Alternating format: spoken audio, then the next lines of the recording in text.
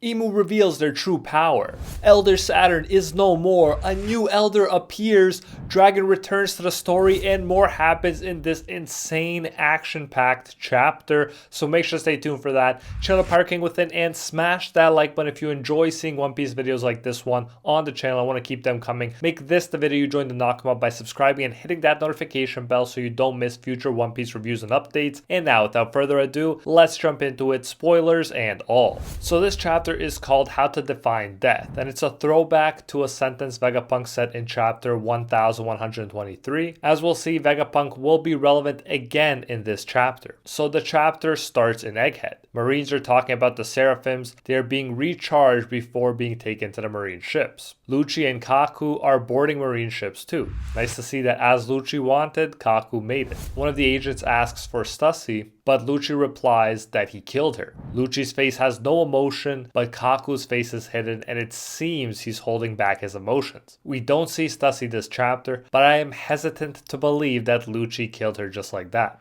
Not only is One Piece notorious for bringing back characters that are supposedly dead, as we'll see in this very chapter, but Stussy was a really cool character with seemingly a yet-to-be-named mysterious but very cool vampire like Devil Fruit. So I'd be surprised if we've seen the last of her. We then cut to Saturn, who's still on Egghead. He's remembering what happened in Marishowa 200 years ago. Saturn was the one that 200 years ago ordered a group of scientists from that time to destroy the ancient giant robot Emeth, but they chose to hide it instead to study it in secret. Keep in mind, Emeth, and by extension Joy Boy, played a big role in helping the Straw Hats escape. Think about the distraction of the broadcast that was made possible by the transmission snail being inside of Emeth. Think about what Emeth did physically, and then of course releasing that Joy Boy hockey blast, which sent 3 elders, including the strongest elders from the looks of it, back where they came from. By not ensuring that Emeth was destroyed himself, Saturn is responsible big time for the world government's failure here. Then Saturn talks with the 9 vice admirals. Saturn says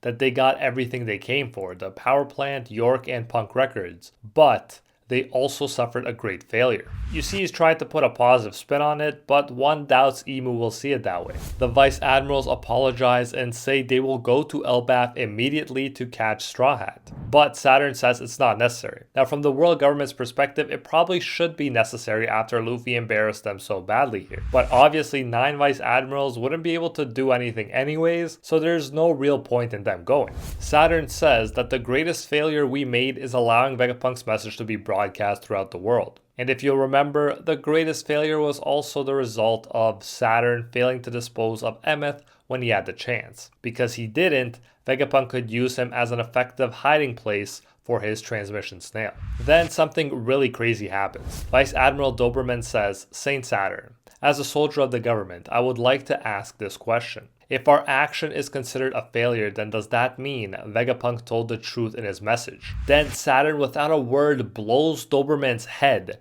with his powers, the same thing that he did to people in chapter 1094. So not only did he cost the world government a vice admiral, he also seemingly ended a character that was introduced back during chapter 420, just like that. Guillotine screams out, Vice Admiral Doberman. The Marines say, wake up the medical team, Vice Admiral. However, I don't know how useful the medical team would be with a blown head. The point is though, Saturn is not looking like an asset for the world government at this point. That's for sure. Not only did they lose a vice admiral, the other 8 surely won't appreciate what was done to one of their own just for asking a simple question.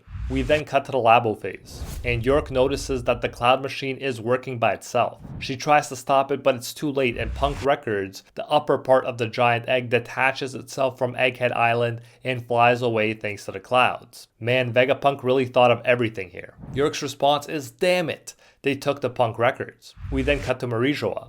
We see that the food shortage crisis is everywhere and the Celestial Dragons are panicking. We then see Figureland Garling wearing an elegant suit in contrast, walking into the room of authority. Garling enters and sits in one of the chairs. Then he addresses the other 4 informally. He says, I'm here because I just received an order. Workery says, what is with your tone, Garling? Watch your mouth. But the informality suddenly starts to make sense as Figureland says from this moment on, the Vegapunk York will be placed under my direct command, and I will assume the position of the warrior god of science and defense. The other 5 elders are stunned knowing what this means. Mars says it can't be, but we do get a narrator introduction to confirm this, as it's written, 5 elders, Saint Figurland Garling, warrior god of science and defense. Garling says it will get messy from here. The world will be in a state of turmoil like never seen before. Let's make the world a better place together, my fellow elders. And I know what you're thinking, what will happen to the replaced Saturn now? Well, thankfully Oda immediately gives us this answer. We cut to Egghead and we see Saturn fall on the floor and scream in front of the shocked Vice Admirals. Black flames and lightning erupt from Saturn's body. Saturn screams in anguish and thinks it couldn't be Imu-sama. We see his body rapidly grow older and wrinkled like a mummy. Vice Admirals are still shocked and they don't know what to do. Then Saturn hears Imu's voice in his head. Imu says, "Saturn, why did you let Joy Boy escape?" Hilariously, Saturn says, "Please have mercy," even though he's never had it himself. He continues saying, "His power is unpredictable, beyond my comprehension." He screams. There's a huge explosion of black flames and lightning. After the flames die down, only Saturn's skeleton remains on the floor. So of course Saturn got exactly what he deserved. But we've also learned a lot about Imu's powers. Our theory that the elders get powers from Imu is confirmed. I said before that I think their powers, which weren't introduced as devil fruits, could be Imu granted powers, and this does bode well for that theory. But at the very least, they do get their immortality from Imu, and Imu can take it away at any point. And when I read the initial spoilers, I was wondering why he focused on Saturn versus any other elder, because the other elders didn't get the job done either, but this chapter definitely gave very good reasons for that. Not only did he lead this mission and was the one who went there in person, he's also the reason Emmet was able to interfere and even unleash Joy Boy Hockey, which spooked Imu big time. With Garling taking over, we know that he'll become immortal too. We also know now that Imu picks existing and probably strong people and grants them the power of Elder. He doesn't just create the elders from scratch as some theories proposed. We definitely learned a lot about the elders and Imu's powers in this one. And this definitely keeps the story interesting with now Figurland Garling, who we know is strong and related to Shanks, gaining immortality. We saw that Luffy besting Saturn wasn't that hard, but I doubt he could punch Figurland Garling into shreds so easily. We then cut to the Flying Punk records. Already far away from Egghead Island, we discover that Shaka, Edison, Pythagoras, and Atlas are alive and they're talking about York and Punk records. Pythagoras says brainwaves can connect to this place from anywhere in the world, so it's possible for York to access this brain's information too. Edison says, "I know, but it's better than just leaving it intact in our hands, right? We will take care of it until humanity figures out how to use this brain well."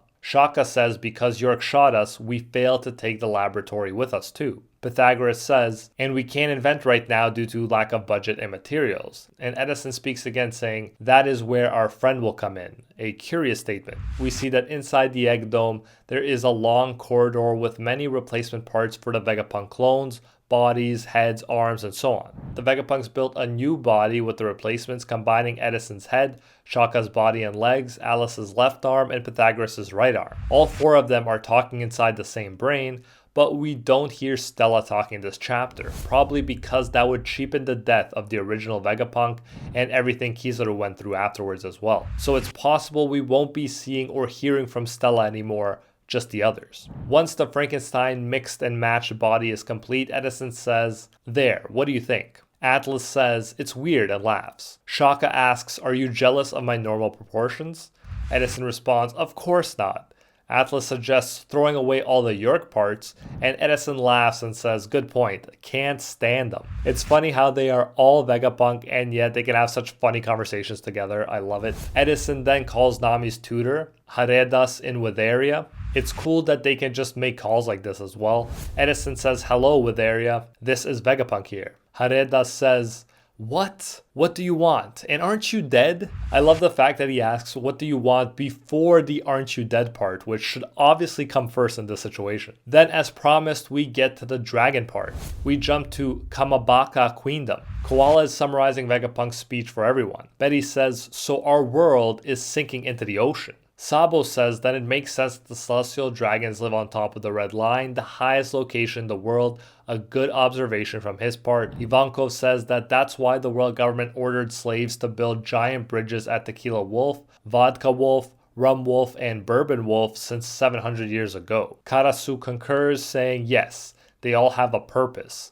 Dragon, for his part, is standing on the beach and talking to himself. He says, Vegapunk, there's no guarantee that people who believe in your last words will only make preparations for peace. We must hurry up and finish this, or the fight among the citizens to secure a safe place to live will arrive soon. This is smart of Dragon to point out. It could be hard to organize people properly if they are panicking and fighting each other for land and resources. Dragon more than ever is making it clear that he has to act quickly. So hopefully he, will actually act quickly this time. Still waiting for that big dragon moment, and Oda seems to be saying you won't have to wait much longer, I promise. Let me know your thoughts on this insane chapter. If you did enjoy this one, then you won't want to miss this video about Imu's powers, link on screen right now. Like and subscribe for more One Piece, and I'll see you in the next one.